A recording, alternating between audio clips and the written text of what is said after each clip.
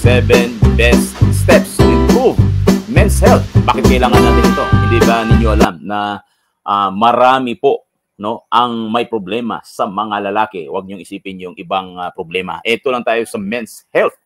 And alam nyo ba na merong gap itong tinatawag natin na statistic sa babae at saka sa lalaki? And also the longevity. Imagine mo yung longevity ng lalaki at saka babae sa US, napag-alaman na yung longevity between men and women, mga 5 years, around 5 years ang gap. Dito sa Pilipinas, okay, tingnan natin kung ano din ang merong diferensya sa health ng babae at saka sa lalaki. At bakit mo kailangan ito? Dahil meron kang husband, meron kang mga anak na lalaki, at ito ay may matutunan tayo sa ating future kasi nga pag mawawala yung mga lalaki natin na mga kaibigan, delikado po yun mga kaibigan sa atin. So ito po, tingnan nyo pong maigi po iyan. Okay, let's start from 0 to 5 years old, meaning 0 to 60 months. Makikita mo na yung underweight, marami yung sa babae, 1 point lang siguro. And makikita mo dyan, underweight ng mga babae or mga bata from after 60 months, 61 to 120, medyo ito, mga lalaki na po ang umakyat na po, naging 28 na po, percentage dyan, base yan sa percentage. At hanggang umabot lampas ng 120, makikita mo ang, nag-increase siya, di ba? Merong problema talaga sa mga lalaki, although maliit lang ang diferensya niyan, but you can trace that and prepare for the worst. Kasi pag makikita mo, bata pa lang may sakit na. So, how much more na hanggang abot yan ng 20, 30 years old. Kaya nga, yung sakit, sometimes mag-develop yan from 0 age until today. Kaya hindi yan basihan lang na ngayon ka lang nagkasakit.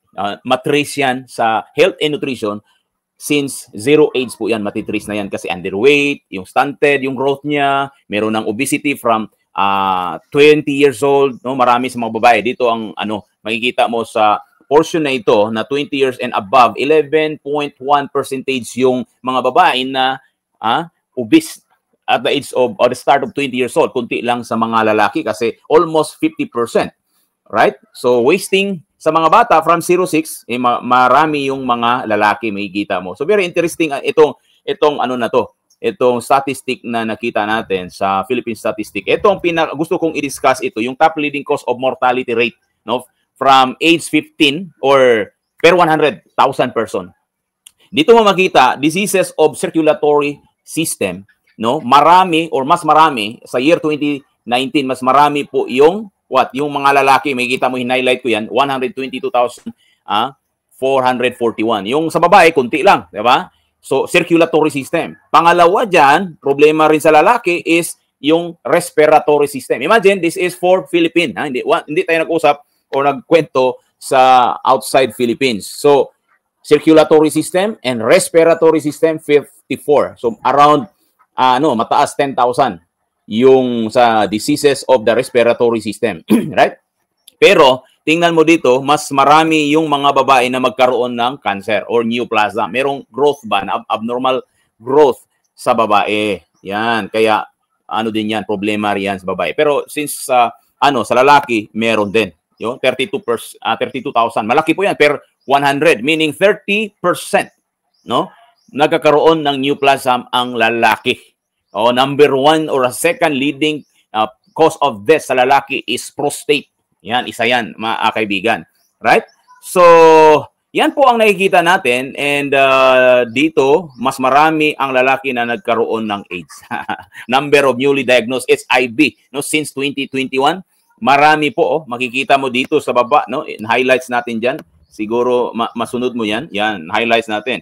Okay? So, meron din sa mga babae, pero marami ang sa lalaki. So, isummarize natin ang problem.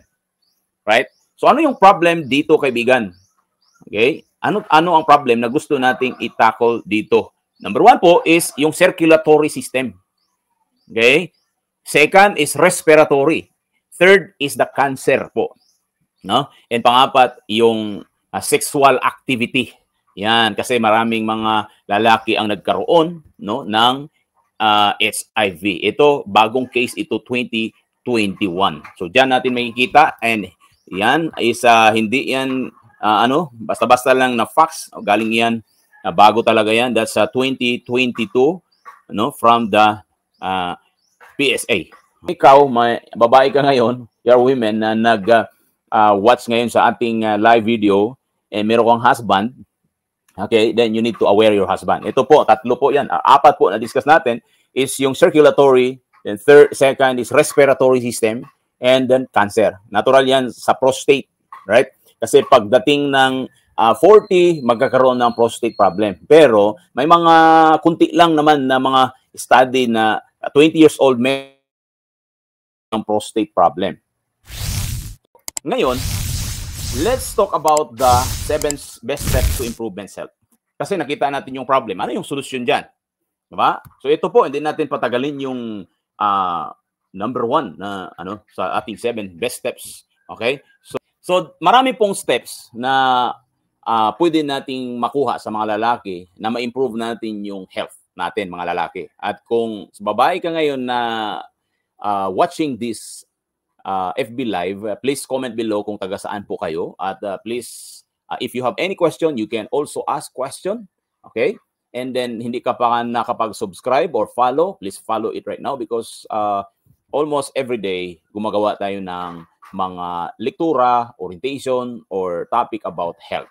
No? Siguro, mga ilang araw na naman about women's health na naman. So, number 1 dito is to improve men's health is eating a healthy, balanced diet.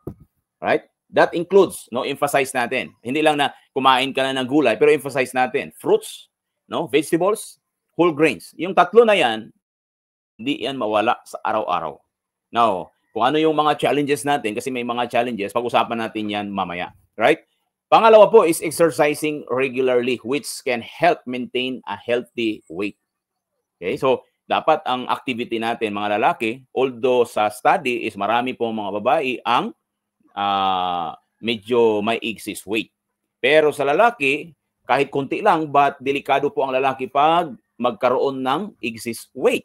Kasi meron another problem. Remember, yung circulatory, di ba, yung problem? So circulatory system can be affected if men has excess weight because the excess fats can congest and hinder circulation, oxygen, nutrients. And also, nagpahina yan sa ating katawan. Kaya, aside from eating fruits, vegetables, and talaga ng exercise, regular na exercise. When you say exercise, it doesn't mean only na gym lang, but push the blood out from the heart down. But going back, mahirap yan. Malayo kasi yung paa mo sa ating heart. Di ba?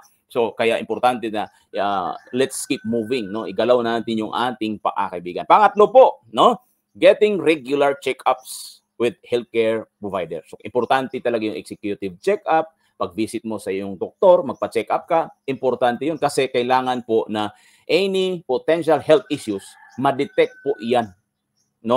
And pag na-detect early yan, like for example, yung circulatory problem, may mga simptoma na na-feel ka. At sa prostate, may na-feel ka ng mga simptoma. Sa cancer, may na-feel ka na simptoma. Sa iyong respiratory, may pag na-feel ka. Okay? Early detection. Dapat po ito, managing stress and practicing good mental health habits. So alam nyo po, importante ito. Mga lalaki kasi, madali po silang ma-depress. Kami po, madali kaming ma-depress. Kaya kailangan ma-manage yung stress because yung stress is the major factor of hypertension.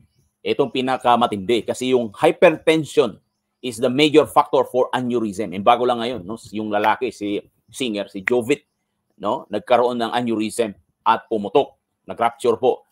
So, yung stress talaga, hindi lang yung aneurysm but the causes of aneurysm. Number 1 po doon yung stress natin. Practice good mental health habits. Kailangan mag-format natin itong pag-iisip natin. Ang pag-iisip kasi natin, 2 lang daw yan, hindi yan marami. Although, sa Pareto Law, merong positive, merong negative, merong desirable, merong undesirable, merong yung mga disturbo, distraction. Okay? And importante na ma-practice natin yun, na mo-identify, recognize if it's negative, if it's the undesirable, dapat ma-recognize and ma-identify natin yun because we can think. Diba? So yeah, we can think. if we can think, do not waste it. If we can think, do not just think it nothing and without a guide. Dalawa lang. Hindi yan marami. Positive, negative lang yan. Dalawa lang pagpilian mo yan. So, desirable, undesirable. Pag mali po yung na-focus mo, yung pattern ng pag-iisip, yung pag-catch ng mga distraction, okay? You also need to think because naisip mo ang distraction, naisip mo ang negative, naisip mo ang undesirable, you can also think the desirable. You can also think the positive. Diba? You can also think the desirable. So, think better. Kaya nga, think twice eh. Kasi baka sa unang think mo is negative yun. Sa unang think mo, baka undesirable yun. So, think twice. Meaning, when you think twice, think the desirable, the positive. Right? So, that is how to practice and do it daily. Hindi lang isang beses. Kasi ngayon, positive ka. Mawalan lang yung inspiration, wala na. Mawala lang yung motivation, wala na. And motivation, sabi ng mga motivator, is that motivation is the same as taking a bath. So, ngayong araw, motivated ka, baka bukas wala. So, pareho yan. Parang taking a bath. Naligo ka ngayon, bukas wala. So, hindi ka na mabango. Hindi. That's a good mental health practice. And you can look for, go to YouTube. And the best po is magdasal ka. Diba? Find time to pray. And when you pray, dapat rely on that prayer and the one who hears your prayer. Yung 5 po, malapit na to. Okay, so avoid risky behaviors. Yan. Yung mga risky behavior kasi part yan sa smoking. Yan, avoid risky behavior sa smoking, excessive alcohol. So magkaiba ito eh. Yung smoking, avoid. Pero yung alcohol, excessive. Avoid mo yung excessive. No? Which can increase the risk of health problem. Kaya nga, bakit ito sa malalaki, kailangan ito base sa mga pag-aaral? Kasi nga, circulatory yung number 1 problem sa lalaki. Mga large contributor itong tobacco and alcohol consumption. Kaya ito dapat ma-practice natin to. So, itong mga behavior na to, bakit ito behavior? Kasi, naging habit na ng tao yan, no? Kagaya ng sigarilyo, makuha mo agad eh. Ma-pick up mo agad eh. Sa pag-inom, ma-pick up mo agad. Pag mahina, depressed ka, may mga kaibigan, doon kasi yan eh. Okay? Pang-6 po, taking medication and following treatment plans. Okay? Kung napa-check up ka, nakita na may problema, so dapat sundin yun. Karamihan sa mga lalaki daw, base sa statistic is, pag hindi grabe, hindi hayaan mo. No? If it's not broken, don't fix it. Ganon ang mentality daw ng lalaki, ba? Ano yan? Base yan sa statistic and base yan sa psychology, di ba? Ganon, ako ganon ba? Ikaw, sino dito mga lalaki na ganon ang mentality natin? Pag hindi na sira yan, hayaan mo lang. Ganon, di ba? Huwag mong galawin yan. Totoo ba yan?